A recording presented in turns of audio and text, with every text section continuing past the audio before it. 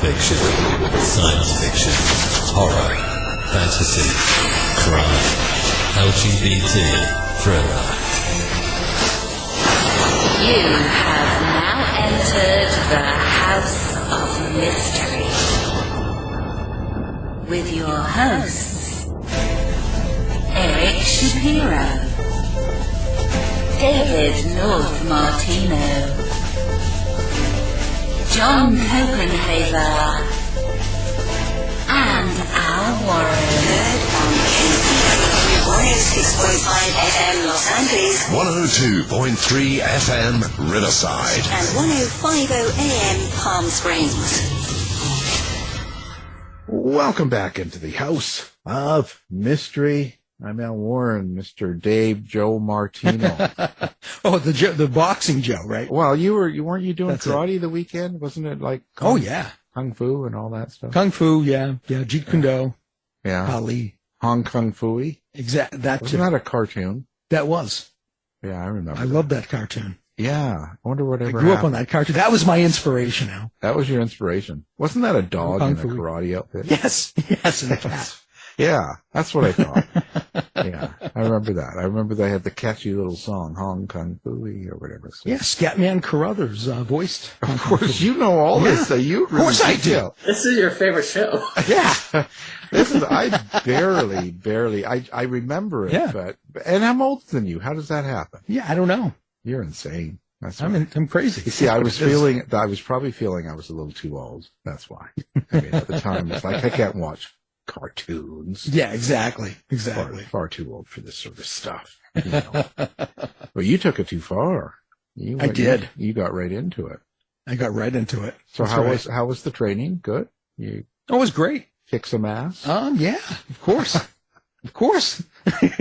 Yeah. No, we worked together. And yeah. You don't, yeah. Well, I just meant beat the crap out of each other. I just meant at the, the salad bar. The salad bar. Well, yeah, there's a buffet, The buffet. Fight my way. You kicked your way through, not the exactly. plates right Kick and chop. Yeah, I bet. Yeah. Well, I did 2 days of book signing, and I'm glad. Oh, that's right. I'm exhausted. How was that? I'm sure you are. Arms are aching. Well, that's good. That's a good thing. No, it's a good thing, but my head is aching worse than my arms. It's really draining. For those that don't know, when you do these things, it can be really draining. It's not a bad thing. Sure. I'm not trying to tell people it's bad. It's just what I'm saying is it's really draining because you talk to a lot of people and they all tell you stories and they all want you to write a story. Yeah, they all give you ideas. Yeah, well, yeah, but by the end of it, I want to put my head in some water. Anyway, now we've got joining us a writer. So let's just get into this. So now the book is called The Patient Routine. That in itself scares me. So here we go. Luna Ray Hall, thank you for being here. Yeah, thank you for having me. It's a pleasure. The Patient Routine. Now it's scaring me already. And is this really a horror sort of based story? Is this kind of a fictional horror story you've come up with? Yeah, it's a horror mystery thriller. It deals with a lot of body horror, I would say primarily, some of the basics. But yeah, I mean, it's definitely meant to scare and meant to unsettle you. Yeah, sort of like Dave when he's at karate. Very unsettling. Very unsettling. Where do you come up with an idea for this, and what is the basic premise of this story? Yeah, so the pitch that I gave out was it's a novella in verse. So I'm traditionally a poet, so that's my background. So it's written in poetic form, and it follows Ashton, who's a queer non-binary college student who suffers from health anxiety or hypochondria, as it used to be called. And after a night of panic attacks, health-related issues, they go to the ER. And when they go to the ER, the hospital goes under lockdown because a patient comes in with an unknown illness. And it's kind of their perfect storm of a nightmare with their health anxiety and the lockdown. And that's kind of the very basics of it. And my inspiration really is from my own personal experiences with health anxiety and trying to really find the the darkest, most horrific angle of it and putting that into a book format. With something like this, do you come up with kind of the idea first? Like, so I'm saying, like, so you have the thought of this character you have and what they go through and the hospital and all that stuff, or is it, do you have this character running in your mind ahead of time and then decide to put them into it? No, yeah, I think it's definitely more the former, where I thought up the situation and then came up with the characters and the actual event and the timeline after the fact. Yeah, I mean, I had been wanting to do something that dealt with this kind of material because it's really horrific for me. You know, it's very impactful for me, so I really thought that it could make for a really disturbing horror story. So I came in it with that idea, and then after the idea came, I put in the characters and put in the actual situation, and everything flowed from there. Right. So when you're putting the character in, when you come up with the character that goes into the hospital there, and how do you create that character? I mean, I'd imagine, like with a lot of writers, the character comes with a lot of you in it. But is there something else that goes into the creation of that character? Yeah, I mean, I definitely think there are some aspects of myself in Ashton. I also think there are a lot of things that I've witnessed from friends and colleagues of mine that I've injected into that character too. I really wanted it to be, you know, I've gotten a lot of feedback since the book's come out that you know, Ashton's not a terribly likable character, and I think that was on purpose because I think they're going through a very difficult time. And I think when I came down to it, I think Ashton is kind of like the worst version of me in some ways. That those aspects came into it, but I think it's a lot of the first draft was very me oriented. You know, really using things from my real life, and then as the drafts began to develop, they became their own character with their own unique idioms and idiosyncrasies throughout. Well, you know, I was surprised to learn that like 20 to even 50% of people have no internal dialogue, so they can't really hear themselves think. So that kind of blew my mind. And I was wondering, do you have an internal monologue? Can you hear your characters? Is that how you create dialogue, or is there some other way that you do it? Yeah, I've actually I've heard that too, and it's very strange to me as well. But yeah, no, I definitely have. I do have an internal dialogue, and that's kind of how I create a lot of my writing, and a lot of things get. I have OCD as well, so a lot of things get stuck, and I get obsessed with phrases or images, and that goes into a lot of my poetry. So that worked similarly with this book. But the book itself also plays with the idea of an internal dialogue.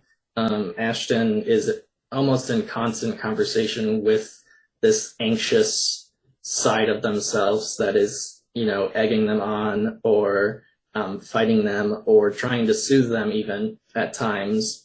So that actually does play a big part of the book. So it sounds like there's an important theme that you've got. Did you intend on people picking up a subtext or a meaning behind the book underneath the story? I definitely didn't set out for that. I think it came out through it. You know, I think there's a big component of self-acceptance. I think there's a lot of, you know, trusting yourself, confidence in yourself. I think those things all come out through the book, but I didn't set out to do that. Really, I set out to, you know, originally the first draft was very crude and just, I want to be scary, because that was what I was feeling at the time, was these things are terrifying to me and I want to get that experience out.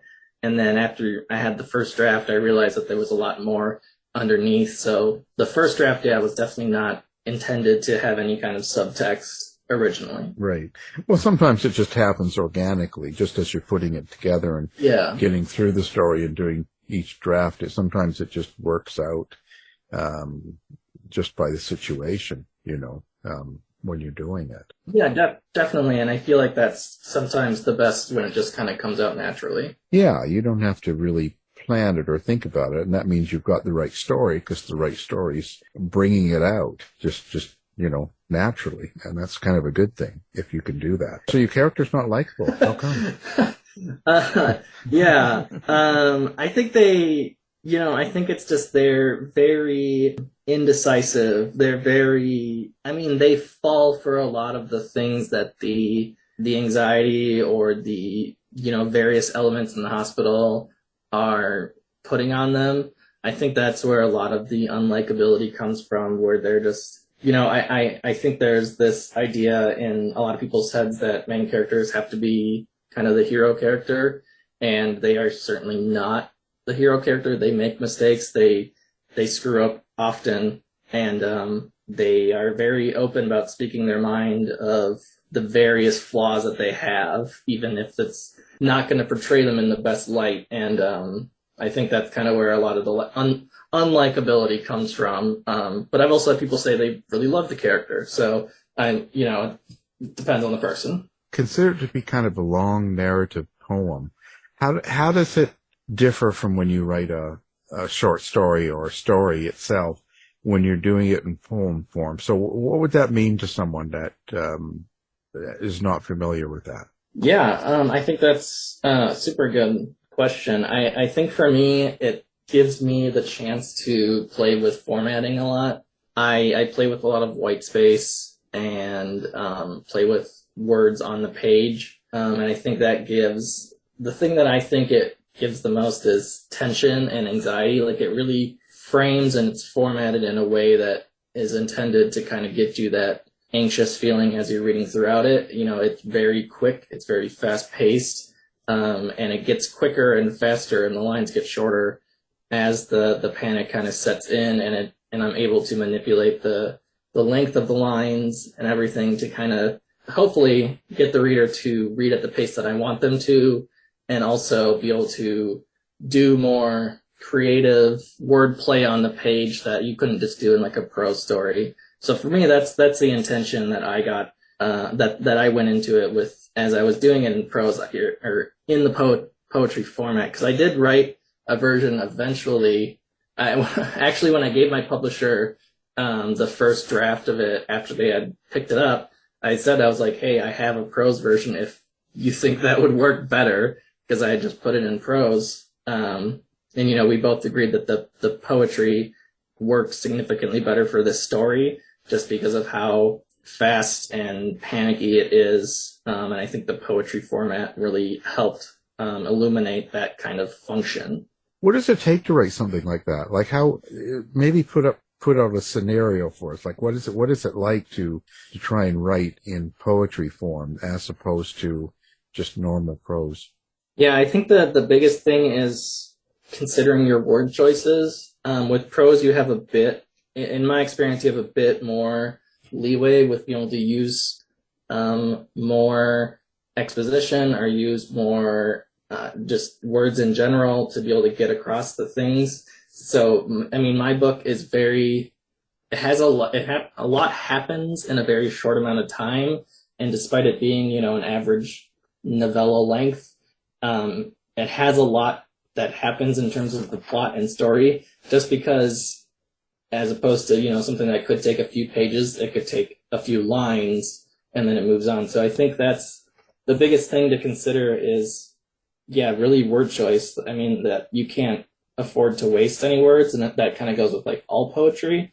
I guess that would be the biggest thing for me. I haven't written a ton of prose. As I said, I come from a poetry background, so I write and think in poetry, I feel, most of the time.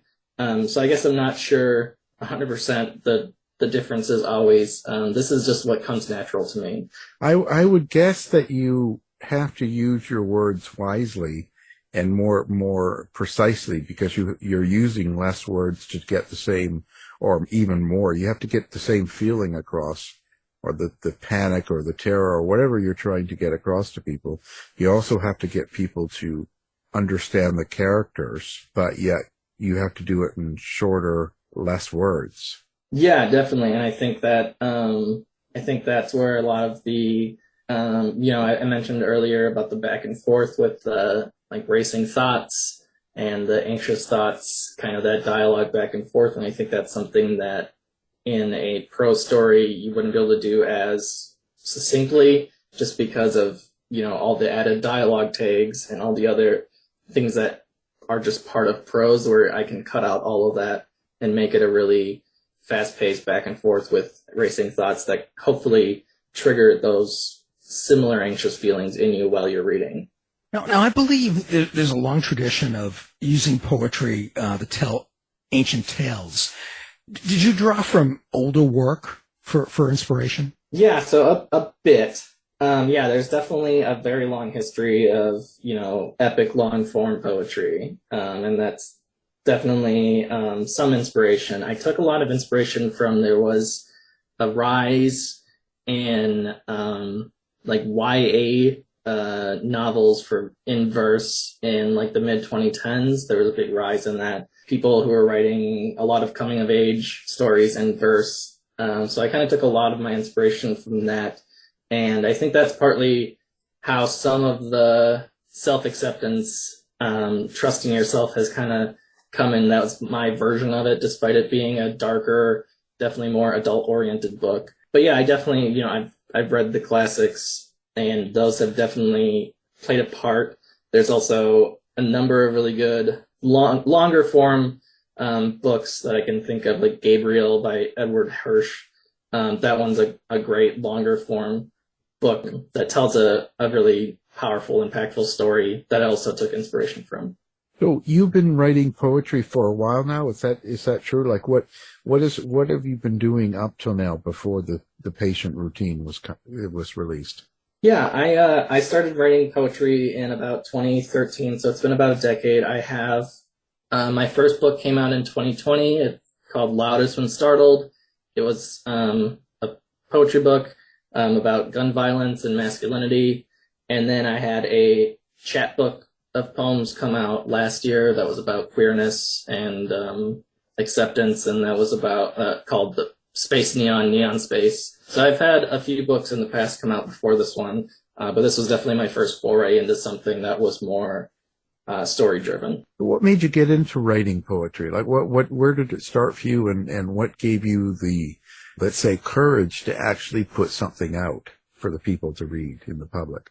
Yeah, I think I know I've told this story a bunch of times to, dozens and dozens of people, but it always starts with, I was going to a community college. I had no clue what the heck I wanted to do with my life.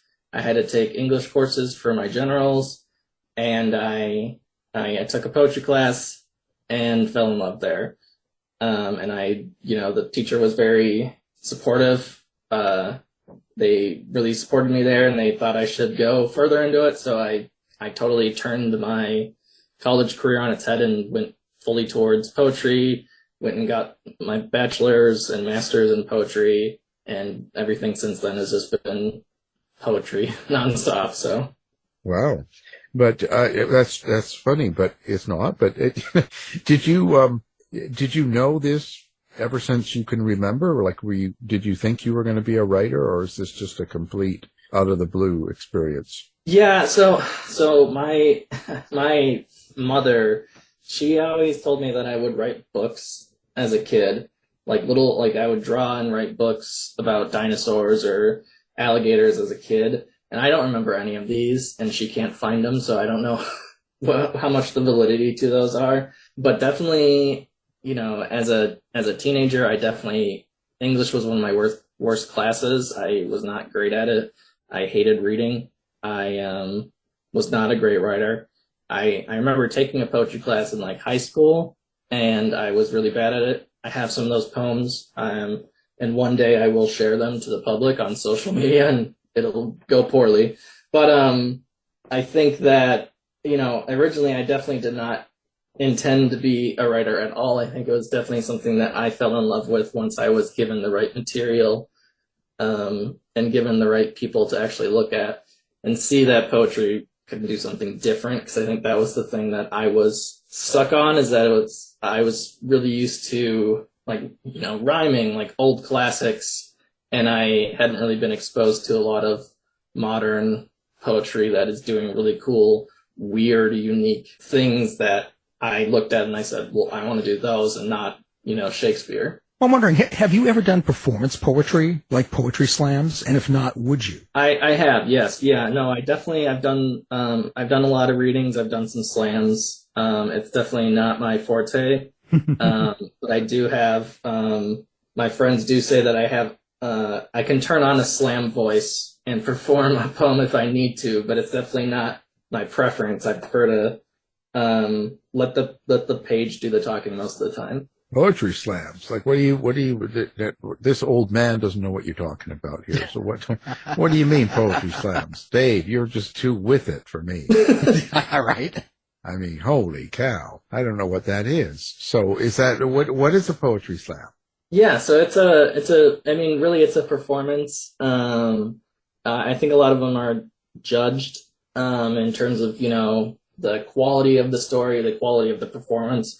But it definitely rose in the last 20, 30 years or so, where it's just this big event where people would gather and then perform their poems in a very theatrical way. I think that's a good, it's very theater-like, where it's the performance and the words are equally important. In the 60s, we had the beatniks, and the beatniks would beat on a drum and then be very theatrical about reading poetries or reading lines. It's sort of a cool thing to do. But, that was last century. Yeah, I'm sure there was some inspiration from that era. Yeah, I'm sure. I'm sure that had some influence somewhere down the road. But where do you think you're going to go with all this? Like, what do you think's going to happen? Do you think you're going to get into more writing of stories, or are you going to continue with poetry? And what's the world out there like for poetry right now? What's the publishing idea like? Is it real successful now? Is there a lot of poetry and a lot of people doing books and, I guess, slamming and all that stuff? Like, what's the situation for poetry right now in North America? Yeah, so I'll take the first one first. So for me, I have another book coming out in the beginning of next year. It's my next full-length poetry collection called No Matter the Diagnosis, which is similar kind of topic, but much more personal, and much more involved with the hospital system itself and the ramifications of kind of being stuck in that loop. And I definitely intended to write more horror, mystery, thriller type books. I have a few that I've written since The Patient Routine that are, out getting queried with publishers, and I'm hoping to finish. I've already finished the first draft, but I'm hoping to kind of get it revised and in a good place of my first novel that's horror, mystery as well. So that's kind of the future for me. In terms of the poetry world in publishing, it's kind of a mixed bag. I think most of the really solid work comes from small indie presses. I come from Minnesota, so I always shout out Grey Wolf, Milkweed, and Coffee House. They're kind of the stalwarts of poetry for the last decade plus. But there are, big time publishers who do make a lot of money if you get a certain type of poetry out there that resonates with people. There's a lot of derogatorily, it's called like Instagram poetry.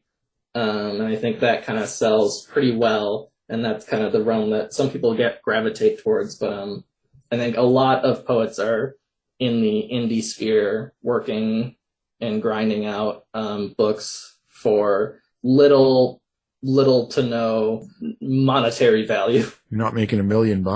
I'm certainly not. There might be some, but yeah, no, it can be that way. I mean, that's how it is, kind of. Well, it's interesting, but so what's your process? Do you find that you're very sensitive to what's around you as being a poet? Like, as in, can you just sit down and write, or do you have to be in a certain headspace? Yeah, so I kind of come in a couple of different ways. So if I sit down and intend to write, I need it to be super quiet, and I generally put on like really quiet, like not like instrumental music, and I try to shut out everything. But at the same time, I also I think a lot of my poems start as like one lines or like one image, and those can come at any time. And so I have this huge list of notes on my phone, so I'll just write down lines or images over, and then I'll take those and then I'll go to my quiet place, and it could be a day later, a week later, however long it takes, and I'll let the poem go from there. So primarily, quiet, and I'm always observing. I think a lot of my work comes, again, it's because I'm from Minnesota, a lot of it's nature-based, so that's just that's a stereotype of Minnesota poets that we all write about nature. So that's definitely something I'm always observing and trying to learn more and see things in a different way so I can take that into poems. Yeah, so it's a little both. Well, when things are going on around you, but for instance, like through the pandemic, this could have been written, I guess, over that time period. But when something like that's going on and something stressful or, weird things going that's totally unusual, are you able to write or do you shut down? Like, how does that affect you?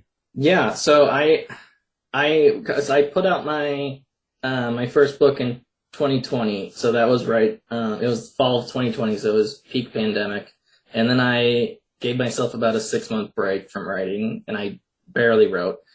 And then I actually got laid off from my full-time job, and I wrote The Patient Routine, Space Neon, and No Matter the Diagnosis in the span of a summer. So I wrote those 3 when I had all this free time, and I made that my full-time job for a bit. And since then, I've been trying to intentionally write. So even though when things get stressful, I think for me, writing is definitely an outlook to de-stress. But yeah, certainly these books, especially The Patient Routine, it's very heavily inspired, I would say, by some of the things that happened to both me and others because of the pandemic or because of the way people acted about the pandemic. So I think those things definitely need to be written about.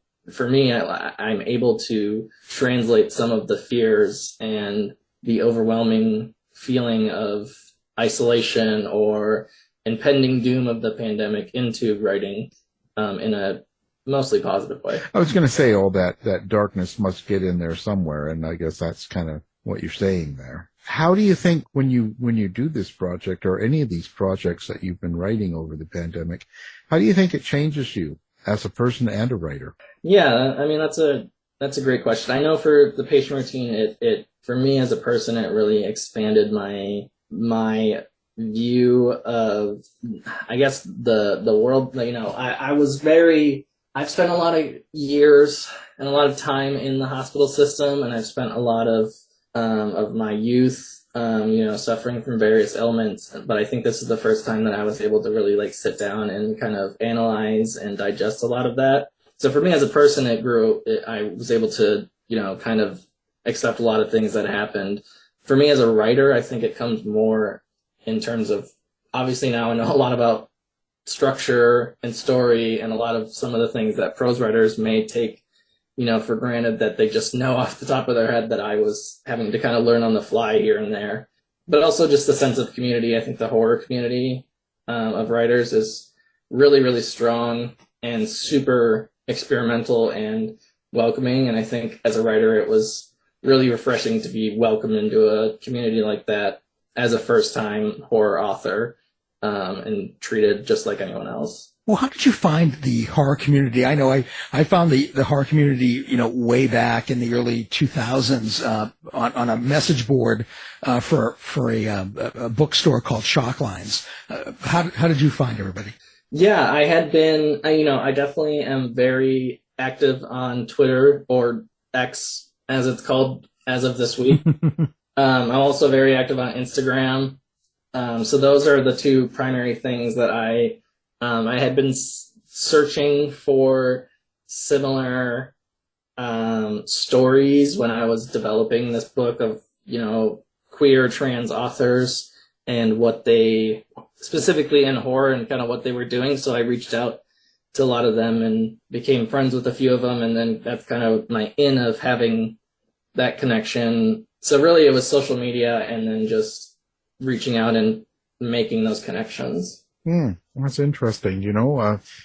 Well, Dave, you found them in chat rooms.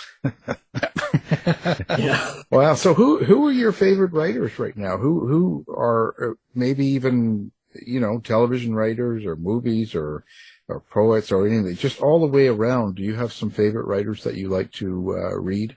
Yeah, definitely.